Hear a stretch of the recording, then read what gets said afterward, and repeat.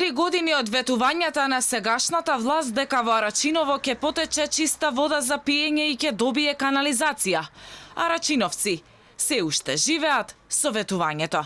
Соочени со секојдневни сериозни проблеми, револтирани и разочарани, пред камерата на Алфа се пожалија дека веќе немаат сила да ги слушаат празните предизборни ветувања. Ја знам, политиката е политика. Манипулација сега за овие изборите, народот го лажат, не овако, не така. Спасовски дојдеше тука само да се рекламира дека еве работиме оваа канализација, не е вода. Вода ти е, знаеш како?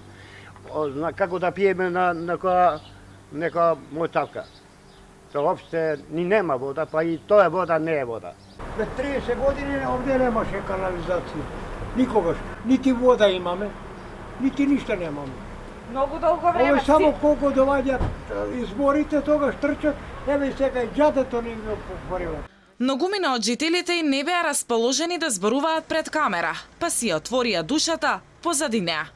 Живееме во мизерни услови, мака мачиме во 21 век без вода за пиење, без патишта и канализација, и никој не презема никаква одговорност. Комшијата има бунар, ово има бунар, ово има бунар, ово има бунар, ово има бунар.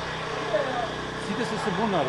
Ако само што те лажат многу. Сите те лажат што има вода, градоначалниците влегуваат, да, има вода. Ајде имаш за тебе. Пред кампањата. Владините функционери во оваа изборна кампања се растрчаа да видат до каде им се одамна ветените проекти.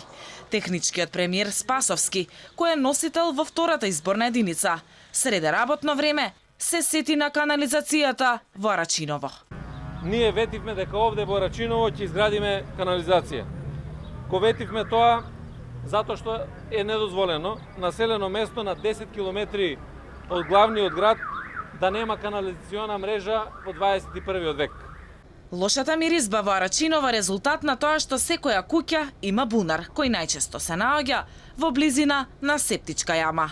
Проблемот со водата и канализацијата на арачиновци трае со години. Политичките ветувања до сега не го решија. Останува да се направи обид со конкретен проект и рокови кои што ќе се испочитуваат за канализацијата да стане придобивка и за арачиновци. За доцнето во 21 век, но и тоа е подобро отколку сегашната ситуација.